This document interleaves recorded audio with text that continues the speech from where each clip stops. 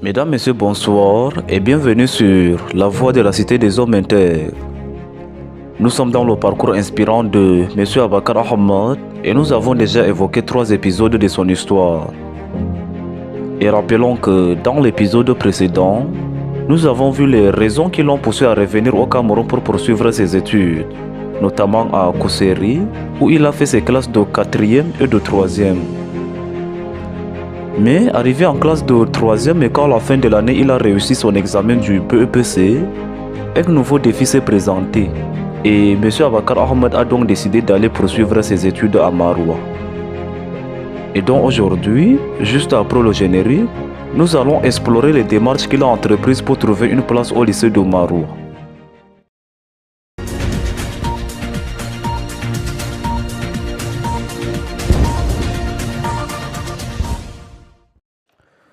Vous savez, à l'époque, tout comme Kousseri, la ville de Maroua était également considérée comme une zone sous-scolarisée.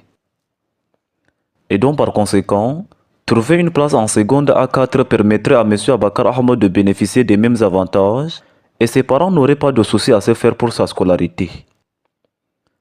C'est ainsi que M. Abakar Ahmad a entrepris d'écrire une lettre au proviseur du lycée de Maroua dans laquelle il lui a expliqué sa situation et sa volonté de continuer les études. Il a supplié à ce qu'on lui accorde cette chance pour ne pas arrêter en si bon chemin. Et il a donc joint à sa demande son bulletin de notes du 3e trimestre. Mais cependant, le proviseur étant en vacances, c'est un professeur au lycée assurant la permanence qui a été touché par la démarche entreprise par un élève dont le bulletin de notes était assez impressionnant. Il lui a donc répondu par le biais d'une lettre envoyée par la poste et comprenant les mentions « très urgent, service officiel ». La lettre en question a été reçue par le sultan de Goulfé qui l'a immédiatement fait remettre à M. Abakar Ahmad. Et une fois reçue, M. Abakar Ahmad a donc découvert que sa demande avait été prise en compte, mais qu'il fallait la compléter avec les bulletins des 2 premiers trimestres. Ainsi, M. Abakar Ahmad a donc proposé à son père d'aller lui-même remettre ce bulletin afin d'éviter qu'un retard dû au service postal lui soit préjudiciable. Ce qui a été accepté, et son père lui a donc rassemblé quelques moyens et l'a fait voyager pour Maroua. Ainsi, à son arrivée, M. Abakar Ahmad s'était rendu à la délégation départementale du travail et de la prévoyance sociale du Diamaré où travaillait un frère de tribu, M. Madame Hamidou. Ce dernier l'a accueilli avec beaucoup de sympathie et lui a proposé de passer la nuit chez lui. Mais en réalité, M. Abakar Ahmad avait besoin de lui pour atteindre un autre grand frère du même village, M. Mohamed Massé, directeur à l'époque de la Socamco implantée à Salak, une ville située à une vingtaine de kilomètres de Maroua. Et donc ses bureaux relais se trouvaient à Maroua, dans la même enceinte que la délégation départementale du travail et de la prévoyance sociale du Diamaré. Et donc le directeur se rendait tous les matins pour expédier certaines affaires de son entreprise. Et donc le lendemain matin, M. Abakar Ahmad et M. Madame Hamidou s'étaient rendus au bureau. Et M. Madame Hamidou a installé M. Abakar Ahmad sous la véranda de son service en attendant l'arrivée du directeur. Et lorsque ce dernier est arrivé, M. Madame Hamidou lui a laissé le temps nécessaire de s'installer et de faire 2 ou 3 choses avant de lui annoncer la visite de M. Abakar Ahmad. Et quand le directeur a résolu de le recevoir, M. Abakar Ahmad lui a fait bonne impression par son âge, sa détermination, sa volonté et son courage. Il s'était en fait présenté à lui en évoquant la réputation de son père qu'il avait aisément reconnue. Et le contact étant noué, le problème de M. Abakar Ahmad était qu'il veuille bien porter ses bulletins au préfet ou au proviseur afin que son dossier ne soit pas incomplet au moment de son étude. Et le directeur a donc jeté un coup d'œil attentif sur ses bulletins et s'est saisi de son téléphone du bureau et s'est entretenu avec un correspondant. Il a donc proposé par la suite à M. Abakar Ahmad de passer quelques jours avec lui à Salak, en attendant les résultats des démarches ainsi entreprises pour son inscription. Il a donc logé M. Abakar Ahmad dans un boucarou superbement équipé, qui était la case de passage pour les visiteurs de marque. Et M. Abakar Ahmed avait également élevé à cette dignité.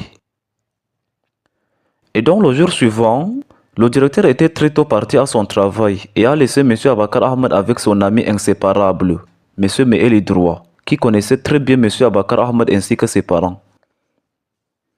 Et donc, lors du déjeuner, M. Droua s'était chargé de réconforter M. Abakar Ahmed. Il a rassuré que le directeur l'avait beaucoup apprécié et pensait que son dossier aboutirait positivement. Il a aussi confirmé que le directeur avait confié le suivi de son dossier à son ami commissaire spécial, M. Ali Taïga. Et celui-ci avait eu l'honnêteté de lui dire que la commission avait déjà tenu sa séance de recrutement et que lors des travaux, il y avait eu le cas d'un élève dont le dossier était incomplet.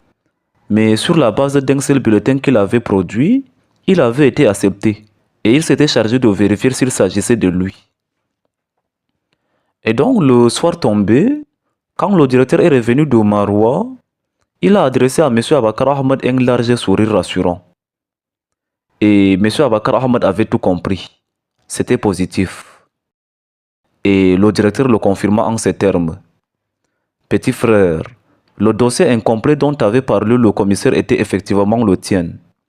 Et rassure-toi, aucune intervention n'a été faite par qui que ce soit en ta faveur. Ton bulletin était tellement bon et tes arguments tellement convaincants que la commission n'a même pas hésité à t'accepter et même à t'admettre à l'internat. Et M. Abakar Ahmed, que demander plus à Dieu? Non seulement il était admis en seconde à 4, mais en plus il était accepté à l'internat. Et donc, après les larmes de joie, M. Abakar Ahmed s'était mis pour la première fois à prier pour remercier Dieu de l'avoir tant aidé dans la vie. Mais malheureusement, quelques jours plus tard, lorsque M. Abakar Ahmed s'était présenté au lycée pour les formalités d'inscription, d'autres surprises l'attendaient, annonçant une autre série de difficultés que nous verrons s'il plaît à Dieu dans les prochains épisodes. Sur ce, nous vous remercions pour votre aimable attention et nous vous donnons rendez-vous samedi pour un nouvel épisode. Je vous remercie. Nous avons tout témoigné. Tu étais non corrompu. Abakar Ahmed bin Saidi. Handi Afrika fo yetti mada. Be walli fa bo deftere mada. Abakar Ahmed barkawa. Lele walles dinedin wallo barkawa. Deftere ma warti himɓe lesdi ɓe yettima dottiwa ko dodi Abakar Ahmed barkawa lelewal lesdi meɗen wallo barkawa deftere ma warti himɓe lesdi ɓe yettima dottiwa ko dodi Abakar Ahmed barkawa lelewal lesdi meɗen wallo barkawa deftere ma warti